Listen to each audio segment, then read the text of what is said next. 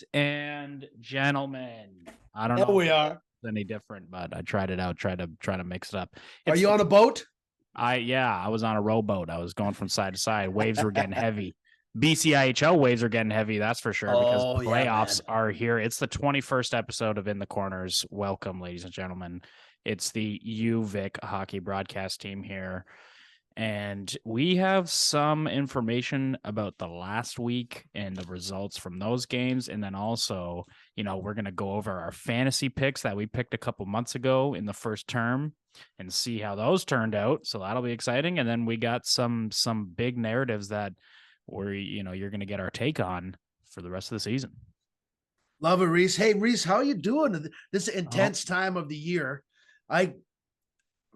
Before the show, I treated myself to a donut because you only live once. The true. season, the season only comes around once a year, Yep. and you gotta love it. But it's ramping up here. How are you keeping this week? Doing pretty good, working lots, getting Yeah. excited for this BCIHL playoff. I mean, going based off of the last game that the Vikes played, not the way you want to go into the playoffs, but it happened, and all it does is prove to you how good this SFU team is. But before we get into that, it's been pretty good. How about you, man? Anything huge changed in the life? Oh, you know what? It's a nice day here in Victoria. As we've been talking about in the corners, our workout regiment. That's been an important part of the second half of the season for you and me, Reese. Yes. You've been hitting the gym. I've been working on my inner yoga poses, outward and inward. I've been trying to cut down, maybe trim a little bit, get a bit more toned. Right. Because spring is coming up, and I want to wear some nice t-shirts and be looking good. So exactly. I'm firing on all cylinders right now. I got to be honest. I went yesterday. The only thing with yoga right now for me is I can't tell which part of the mat goes on the ground and which faces up. So I'm working on that still. I thought the one part went on the ground and it has a lot of grip. Right. But I wasn't sure. So I flipped it the other class, and it's pretty mysterious. Maybe there's no answer. Maybe there isn't. I'm going to need some fans to help me out with my honestly, the Vikes probably could help you out with that because, I know they're definitely ramping up their fitness and working out routines as the playoffs come, right? And I'm sure they had to do a lot of skating after last game, which was what do you think of that? 3rd. I mean, you were there to see it. I was unfortunately working, but an 8-1 thrashing for the SFU Red Leafs over the UVic Vikes in Victoria. All of the things that I was talking about in the last episode kind of got thrown out the window. Is what it is. I mean, what are you going to do? It just, again, the only thing you can take away from it is how good is this SFU team? You know what I mean? This SFU team just keeps proving it. They do nothing but keep proving to the rest of the league, like, hey, we're number one for a reason. So definitely not the way you wanted that game to go. But what are some details about that? Any narratives that went through, or is it just SFU winning? Yeah, it's hard to tell how much we want to make of this game. Right. I mean, because we got to stay positive this week. If you're the Vikes, you're right back at it on Thursday. You don't want to dwell on that because you got to get back in the ring on Thursday. Yep. I mean, they're 0-5 against SFU. They're searching the net. I think let's just leave that game in the dust. Yeah. You got to respect the champs. There's a few things about that we'll get to later in the one-timers section of this episode, Reese. Absolutely. How about we revisit it then? Sounds good. We can move on to the second game that was on the same night, March 3rd. The Lakers took a 2-1 win over the Logan Lake Miners. Now, one thing that's very exciting you can take away from this result is if you look at the Miners in the last couple games, especially what the ones against the Vikes that we did the commentary for, they're really getting better. They're cutting it much closer now. And you could attribute it to bad performances by the team, but at the same time, this Miners team is kind of finding a way to keep things a lot closer, which is just kind of letting you know, like, hey, next year they're still going to be here and they're not going to want to have the same, result as this season. So, yeah, they didn't get that elusive win they were looking for. It just slipped away a couple times, like you said. Yep. But any hockey fans or hockey players watching this, go check out the minors. Sign up next year. Maybe you're not. Maybe you can't crack the SFU team or whatever. Yep. If you're looking to continue your post-secondary, that's the place to go. Get thrown into the lineup and prove yourself. Have a blast. I hope they are back next year. And but we got to do respect a good season from them. Absolutely. Did I freeze up there for a second? I felt a bit frozen. Nope. I think we're good. Hopefully, Just my the deep technical thoughts. difficulties don't come back like they did in the a couple episodes ago. Yeah. Yeah. But yeah, on March 4th after that. So yeah, after the Vikes take the 8-1 loss to SFU at home, and then the Lakers take a 2-1 win in Logan Lake. But moving on Saturday, SFU had a close one again, another close one. They've only had a few close, like only a handful of close games, this SFU team, but yeah, here's another one, a 5-4 win in Nanaimo against the Mariners. So, if you're the Vikes and you see that result, you're probably going, well, they definitely kept it a lot closer than we do. And that's the team we're playing in the first round, right? And even though the Vikes for the last couple, say like the last 4 or 5 matchups with them, they've kind of had their number a little bit and got some wins out of them, but that is maybe it was a little bit of a hangover for this SFU team. Maybe they went super hard for the 8-1 win and then tired themselves out. But yeah, they just partied. Yeah, 5-4 is a went close bowling. result. They went bowling and just they went to Tillicum Mall. Just got a bunch of junior Langford Lanes. That this game, it was 5-1 at one point. The Mariners crawled back in it. Good for them. One thing I'm thinking about from the Friday game, the Victoria game, Andrew Henderson was in net. He was good. Like it was an 8-1 game, but he looks good in there. I didn't see who played that game against VIU. They played Dolan and Henderson pretty equally. Right. They are going for the cup, man. Yeah, they're going for it, and there's nobody has shown any clear signs of being able to stop them. So. That's why it's anyone like no. You could say that the Mariners have the best chance, but how can you tell? Yeah, right. Well, exactly. Like a team that brings it really close to that SFU team is also the same team that's taken three straight losses to the Vikes, which is the team you just beat 8-1. So it's a little bit confusing, the matchups here. So we'll see if it has any impact on the playoffs. Obviously, as the Vikes hockey broadcast team, we definitely want the Vikes to overtake their rivals, but we'll have to see. We will see.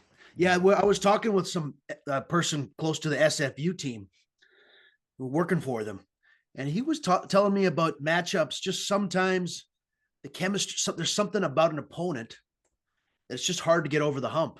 Yeah. I kind of think the Lakers are like that with VIU. Something about that. The Lakers couldn't get over with VIU, and the Vikes have no answers right now. The baseball's starting. That's like it just. I talk about baseball a lot on this show, but there's just some pitchers that the hitters can't hit, and vice versa. So like that guy out in Portland. Is there a good pitcher there? For sure there is. Who are you talking about? I don't know. He's like famous, makes a lot of money. I mean, what I just said is pretty much a description for every pitcher in the MLB. But what does Mike Trout play? Is he a pitcher? He's a center fielder for the Angels. Okay. He's got like $500 million sitting in the bank account as we speak. Yeah. So he could buy an NHL franchise. Maybe we should do a In the Corners meets MLB. Well, ladies and gentlemen, I do want to say this. This is a little bit of a stone cold, piece of information to leave with you, but not anytime soon. It'll definitely be a little bit after the season, but me and Matt are going to figure out another avenue for, what In the Corners is, because we hope to, both of us are moving on to other things. So if anybody's watching and you're looking to be a commentator or a play-by-play guy, hit us up and we could probably line you up with this opportunity. And then you could take over this wonderful channel with there you go, all of the stuff. And me and Matt will move on to talking about, like you said, MLB. We'll talk about everything. We'll talk about it all. Before we get to the end of the season, though, let's take a look at the playoff. It's the playoffs from the perspective of, let's take a look at our fantasy. Want to do that? Let's do that. That sounds exciting. Regular season is in the books. It's all over. The trumpeters played their trumpet. The drummer hit the drum. The It's true. guitar player did the solo, and the dust is settled now. So back, if you have been following the show, back at the start of the season, I think it was an exhibition or maybe one game into the season, Reese and I picked our fantasy teams for the league. Yep. Now we did kind of a, just like you all do with your fantasy teams, you bounce back and forth with picks. And I've kind of got an idea to run by you, Reese, on how we're going to grade this. I'm going to see if I can explain this to you in like 90 seconds.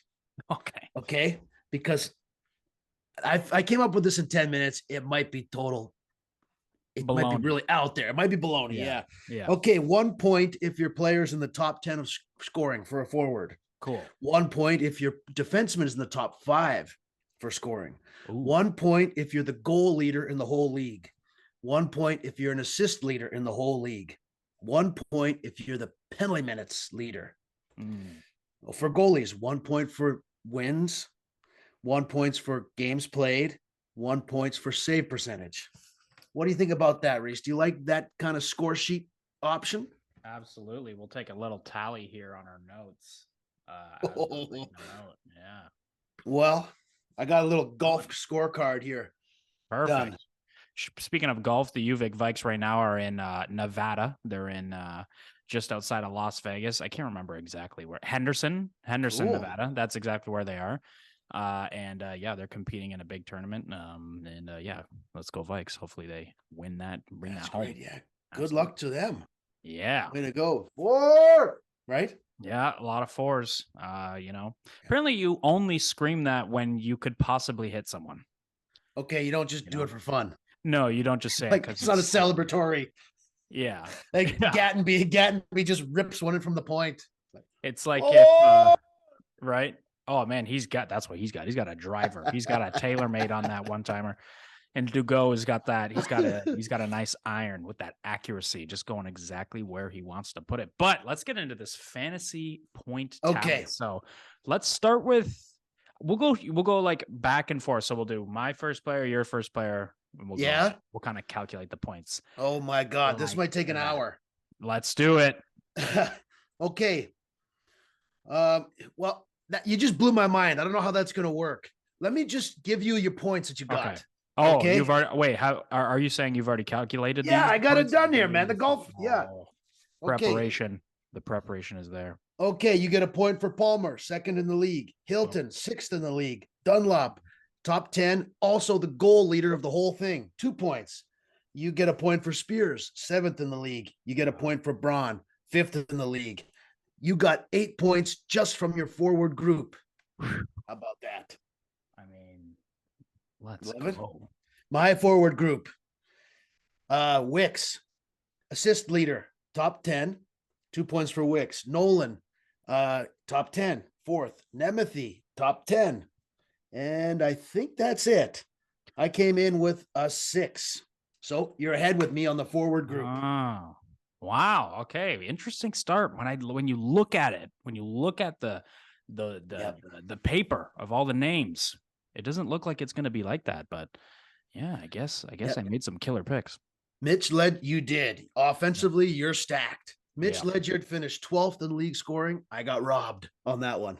Yeah. He's on the top 10, but he's a heart and soul player on the team. Same with RHYSER. He's 19th in league scoring. But he'll make you pay. You know what I'm saying? Yes. Oh, yeah. Okay. Shall we go to defense? Sure. Let's do it. Okay. You got to be in the top 5, remember. Right. Tristan Cross, you got a point. Yep. Adam Morton, you got a point. Me, Kara Mischief, I get a point for that. DeGo is 5th in defensive scoring. I got a point for that. But here's the wild card. Matt Tiska, SFU, 56 penalty minutes. Whoa. Sleeper point for me. Oh, yeah. You got to get that. You got to get one there. Okay. What do you think about penalty minutes? I mean, it's not great to take a penalty, but it shows that, you let them know you're out there, kind of, right? That's what they say. Yeah, and most of the time when you have someone with high penalty minutes, it's rarely because they're out there slashing everybody. It's usually because they start fights and they start problems. And right. So that's definitely the upside he's bringing. He's not just getting out there and making stupid decisions, putting his team in a bad position, but rather just creating some animosity and making it harder to play against him. Yes. You also had Cameron Chin, Sebastian Archambault, fantastic That's right. seasons. I had Yep. DeShepper and the other ones I told you about. So Yep. after the forward and D, it's 10-8 for you. 10-9. Look at that. Goalies. 1, 2, You 3, had 4. Crawl, Yep. right? Yeah. He gets a Yeah. little step above, very close between him and Matthew Enns in save Well, percentage there. right. Yeah. Matthew Enns is the goalie for my team. I didn't name my team. Maybe next year I'll name my team. I can't think of you know what? I'll worry about that later, maybe. Crawl, he's the winner for wins, 9 wins. Ends 0 wins, tied for 11th. Okay, save percentage. Crawl is 9th, 878. Matthew Ends 10th in the league, 869. So 2 points right off the bat for you. Games played. See how I rigged this? I did a few of these on my favor, right? Games played. Well, with Crawl and Ends, the unique thing about these guys is they're both the workhorses. All the other teams split up their goaltending. The Vikes have a few goaltenders. The Lakers have a few goaltenders. SFU. But it's funny how we picked Crawl and Ends because these are the workhorses of the league. Know what I'm saying? Yeah. Yeah. Okay. After the dust settles, you got 2 points for goalies and I got 1. So I think you win 13-10. I got 12. You got 12. Okay. Yeah. How did I get 13? They have 4 points for D and then 8 points for forwards. Right. And 2 points for D, 2 points for goalie, and then 8 points for the forwards. Oh, I think I'm giving you a point for Dunlop, points leader in the whole league. So I have goals and assists, but not That's points. right. Right? I forgot that one. So Dunlop, you get another one for that. Yeah, I picked the 2 Garretts. What a good move that was. Wait a minute. Who's the other Garrett? Garrett Hilton, Garrett. Oh, Hilton. Yeah. Yeah. Yep. He was in Victoria last week. He missed out. Oh, no way. He was cruising around with 91 on his shirt. Oh, yeah. So, do you want to know? Okay, we made some good fantasy teams, but we missed a couple players. You want to guess on who our biggest misses were? Well, I mean, right off the bat, I don't even need to think about it. Gattenby's a miss. That Yeah. was one I'm surprised I didn't even pick. I guess that I had a little bit of recency bias with Morton and Archambault because we had just played those exhibition games against Mariners, and I liked how they played. Yeah. So, Yeah, that's kind of we missed out on a point there because he finished 3rd in scoring by defensemen. So, the other potentials for D are Gab Gabruk, Keanu Yeah. Robinson, he's 7th, Max Struss, 8th, Jennings, 9th, Gerlib, 10th. Those are the D men of the league, wouldn't you say? yeah, absolutely. The other one we missed, I'll give you a hint. Think Mariners. Oh, is Key it player. Ethan Jones? Yeah. Had We to don't be. have Jones on there. Yeah, Now Jones he's in the top 10 as well. So that would have been a point we missed. So, Reese, I got to hand it to you. You schooled me on the fantasy. Thanks for coming out, everybody. Yeah. Congratulations for the Fantasy Cup, Reese. There you go. BCIHL Wizard, crystal ball. Yep. What would you like to say about your victory there? I'd just like to say this. My prediction was Logan Spears and Riley Brown were going to come into this Vikes team and make them an offensive powerhouse, and they were. The team is definitely much more offensively improved, but they are offensive powerhouses. Unfortunately, the Vikes are going to lose Braun, so he can move on to better pastures and maybe get a shot at pro hockey, which is great. We love to see that for him. I definitely think he's capable. But this year, we were privileged to watch him and his longtime line partner continue their line domination with Logan Spears and Riley Braun. And then obviously another guy I clearly missed in my fantasy, Connor Nolan. I thought Noah Kelly was going to have a great season, which he has definitely. Yeah, he definitely has. But Connor Nolan just, he was on the reception of all that great effort by Logan Spears and Riley Braun. Like, this is a kid who was like the final piece of the puzzle in that great line. Hopefully they could just start flying high, come the playoffs. But yeah, definitely happy about the picks and happy about the win. If I would take Connor Nolan going into the playoff run as my forward.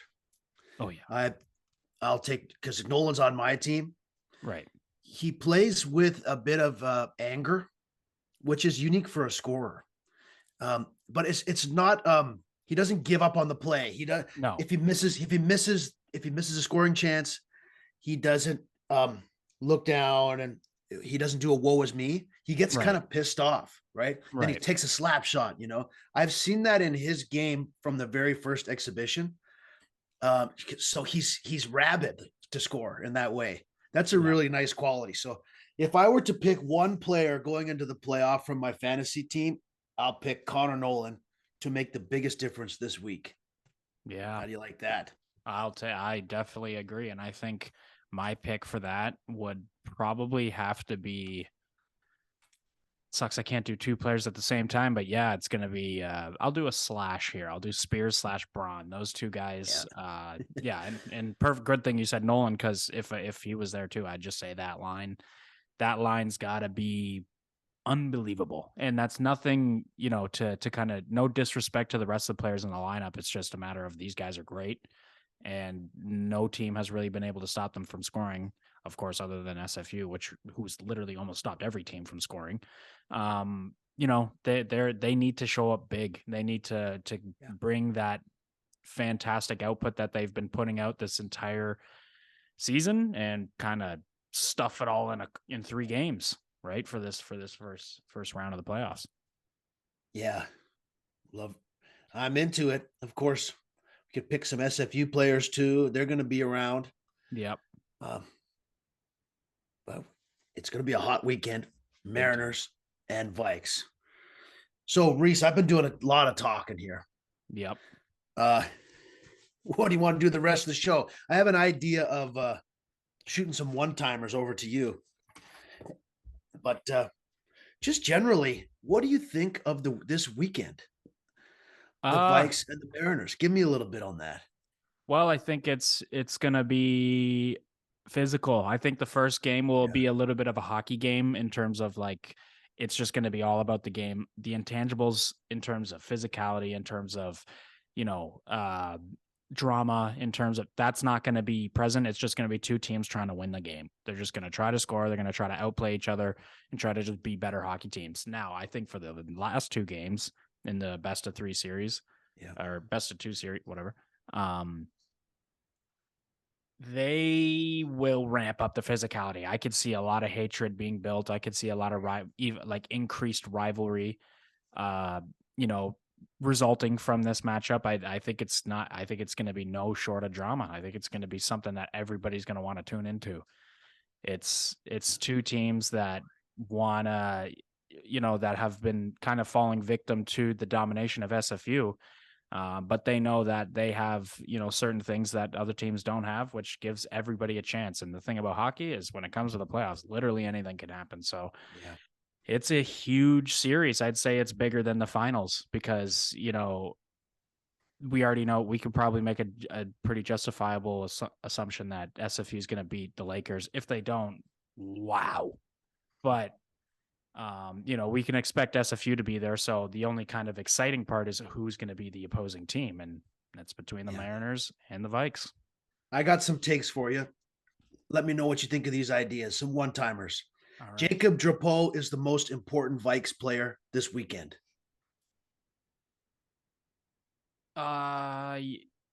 Yes, for the first game. Yeah. Because it's very important that he comes in and be the best player so that he can continue playing for the next 2 games, because they will go to Pilon if it doesn't work out the first game. If they don't see what they like to see and he's not making all these great stops, which he has against the Mariners this season, then they will switch him out. If they opt not to do that, and even if he does have a bad game or a good game, they decide to just stick with him, that's also great. But I don't think I want to say yes, but it's kind of very, very indicative of the first game. Because interesting, eh? Yeah, if you're depending on your goalie for all 3 for the whole playoffs, like you're the Montreal Canadiens in 2021, it's not going to turn out well, because then you're going to meet Tampa in the Stanley Cup final, and they're going to have everything you don't have, and your great goalie is not going to do anything to stop that. So very similar to this situation in the BCIHL. Okay. The Mariners, the absence of Jones, their top line puck mover, all those assists. The absence of Jones will be too much for them, and they won't be able to win in the first round, even though they have Morton, Johnson, Dunlop, Daniels, Simpson, Wilkie, all in their senior year. We don't know if Jones is going to play, but if he's out, the Mariners won't be able to overcome that. There's a hot take. If True he's or out, not? if he's out, it's going to hurt the result. I still think they're going to be able to score. I still think they're going to be able to produce offense, but I do think it's going to help the result because, you know, if they get into a situation where it's like back and forth hockey and the score runs up to about a 4-5-6-6 type situation, you want that extra offensive guy, which is Jones. Like he is that guy. He's a difference maker player. And he's got line mates who are also difference makers. But if you lose that and you take that away from that team, I think they'll still be capable of scoring, but the result is definitely going to be different without him. He's been great all season. Earhart has stepped in for him lately, and he's got a lot of points. I noticed. He's a great player. One of my favorites. Yep. On that theme, SFU, this is the terrible two, my favorite duo in the league. Caleb Parkhouse and Buddy Johnson. Right. They got a shorthanded goal against VIU, and they crushed the Vikes. Who is your favorite tandem in the league? Oh, definitely with the homer pick here, but I have no problem admitting it. It'd be Gattenby and DeGo. Did they run that? One. Did they run that against the SFU? I think so. Yeah. Okay. Yeah, I didn't know that if that was just an exhibition thing because I know there was a couple times they were playing together, but I know for the whole season it wasn't that. It was they him and did Bender play together. Yeah, or I can't remember who was the top D pairing with him. It might have been Benger. Von Schoenberg. Yeah, that's it. Thank you. Yeah. That's who it is. And with him and DeGo, it's definitely more offensive than defensive, but Gattenby is such a strong player in his own end as well as in the offensive zone that having that great puck mover, which is DeGo, it's scary. It's scary to play against because, you know, we saw so many goals against the Ducks and even previously before that where something happens, either they get scored on or you know, a big chance comes down to the Vikes end and then Gattenby just carries it and takes it and takes it and takes it. And then boom, a play happens. And next thing you know, there's a goal in the net. Right. And that kind of leadership, that kind of game breaking skill with a player is effective at moving the puck as DeGo, it's something that I think could really be a big storyline come the playoffs. And obviously, if they're going to be putting in a lot of that offensive output, those other D pairings, Aiden Morrison, Russell Borrett, and you know, guys like that, they're going to really have to turn up their defensive game, which is pretty easy. Off the glass and out, simply move the puck up to your forwards, make a switch, and that's it. And be hard in front of the net. No easy moves, because that's the thing about the Mariners too, right? Is they score in flurries. When they see weakness, they attack it. So yeah, they can put up 4 right away. Yeah. You know, interesting one about the game in Victoria. Tristan Cross, Kara Mischief, and Chin, they weren't there. Wow. It was Robinson and Jennings leading the way, and they still won 8-1. Let's move off of that though. Good duo. I love that. DeGo and Gattenby is the terrible two. Yeah. That's good. And then Parkhouse and Buddy Johnson. That's my terrible two. Definitely. Okay, here's a hot take. Daniel Krall from the Mariners is the best goalie in the league. He plays all the games for them, and he has a bunch of wins. He carries the load. What do you think of that?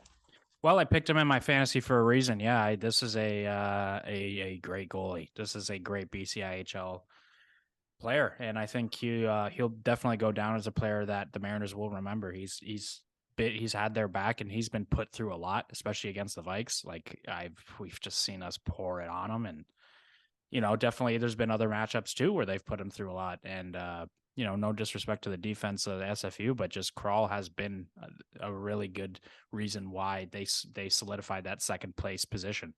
So, yeah, no, Krall's I could see that argument, him being the best in the league. I think some SFU guys would have something else to say about it, but Right. I definitely think Kral is, he's been through a lot. He's been put through it. He's been tested. Yeah, maybe a better way to say it is most valuable goalie. Right. What do you think of that? Yeah, for sure. For sure. You throw him on the SFU, I think he does great too. You know what I mean? Yes. Like he flourishes. So, Okay, I'm having a good time with these one-timers. Yeah, well, like I said, SFU when they were in Victoria, Keanu Robinson and Kyle Jennings were the top pair okay. because they didn't bring their 3 top defensemen. Wow. But they didn't miss a step. Robinson blocked a shot. He was moving the puck. He scored. Out of the 8 goals, it was 7 different goal scorers. And I can't remember who got 2 goals. I think it was Orchard. One of those guys got 2 goals, but they spread it around SFU and on D too. Now, here's the take. The best hair to skill ratio. Obviously, Kyle Jennings, right? Yeah. Hair and skill. He's got flow for days. So, yeah. That guy from the Ducks, though, was good. They had a couple guys with, I think, honestly, that's probably why they lost. A lot of them seem to be focusing on the fashion and not, the hockey. So, yeah. Well, yeah, you only get to Victoria once in a while, right? You got to be looking good. They do look good. Those jerseys are great. Couple more. We were asked to give out a broadcasters award for the Vikes. Now, we don't want to give away who won, but who's a runner-up that you would like to highlight from the team? From the Vikes? Yeah. Do you remember who we gave it to, by the way? Rocket? Yes, I do. I do. Okay, remember. Good. Yeah, I do. I probably would have gave it to Braun. Just because he's a great player, and he's probably my favorite guy on this roster. So yeah, I would have handed it to him, but I am not mad about the real pick. So yeah. I was thinking Logan Thompson. It's also Lucas. Yeah. Shoot. Sorry about that. There's 2 of them. Because Logan Thompson is the goalie for the Vegas Golden Knights, who actually for 1 year he was in Lucas. U Sports. Funny enough, similar to the BCIHL. Yeah, he played at the university from my hometown. I mean, it's in St. Catharines, it's a little ways out, but at Brock University, this kid only a couple years ago was playing starting goalie for them. And here he is. He could win the Rookie of the Year as a goalie for the Vegas Golden Knights. So crazy story there. But sorry, go ahead. What are the name of the Brock University team? The Wranglers? No, the Badgers. Brock Badgers. Nice. Yeah. All right. Yeah, Lucas Thompson. I think he has one of the most important goals of the whole Vikes season. It was a game-winning goal in Nanaimo right after Christmas. And he was really helpful with us and with the broadcast. He did lots of camera work. Yep. So he's skilled. He skates really hard, and he's helped out the team a lot. So honorable mention there. Now, I've been watching the VIJHL, Saanich Predators, Peninsula Panthers. It's an awesome series. What's your most anticipated series or matchup this weekend? Could be a player, could be team, could be anything, any facet. Yeah, the battle for the net for the Vikes. Like you said, Drapeau has had the number of the Mariners for the last couple matchups, especially since the showcase. And, it'll be interesting to see if he just steps in and just plays that same game and they keep him in all 3 games, or if they see a little bit of weakness in him and they switch him up, or they just want to give different looks and kind of take the Mariners a little bit by surprise by putting in Drapeau this game and then Pilon this game and then back to Drapeau or Pilon again, right? So, if they have narratives that are going around the dressing room and they're like, oh, well, Drapeau, he's weak this way. He's weak this way. Oh, Pilon, he's weak this way. They can't really prepare for that if we're going to kind of surprise them with the goalies. But we'll have to see. That'll be something very interesting to see for the matchups. Yeah, I'm excited for the playoff run. It's been a long season. I've had a great season. Thanks, Rhys and everybody. Absolutely. We're going to follow this, though. We're going to be all over it. Oh yeah, you're still going to see a couple more episodes, ladies and gentlemen. We're going to do some. We're going to talk. We're going to do the awards. Yeah. We're going to, and yeah, there's going to be a lot more content to go. So stay tuned for that. But we are super close, only 2 days away from the beginning of the BCIHL playoffs. So we're going to be super fired up. Saturday's broadcast, I work again, so I'm going to try to do a little something to try to figure that out. But so that might be a one-way show with Matt Good once again, but we'll see. Hopefully not. And yeah. The Saturday game is a curveball for us. We've been playing every Friday. Yeah, it is. But there's been bumps and bruises all along the way. It's a real rocky ride this season when you're in the middle of the pack. And that's, in hockey, you're along for the ride. It's in the corners. That's the name of the show. How are you supposed to get the puck? You have to go for it. You have to battle. You have to try and get the puck. Like, that's the hardest part. It sure is. And then you let it fly. Ladies and gentlemen, thank you so much for tuning in to the 21st, I think, episode of In the Corners. We've went over our fantasy picks. I took the W. Yes. And we've, went over some of the interesting narratives going into the BCIHL 2022 to 2023 playoffs. So, Matt, anything to leave them with? Thanks, everybody. Good to see you. Take care of yourselves. Let's go. Somebody's got to raise the cup. Somebody's going to raise the cup, and it might be SFU. It might not be. We'll have to see. Exactly, buddy. Have a good one, and tune in to the next episode.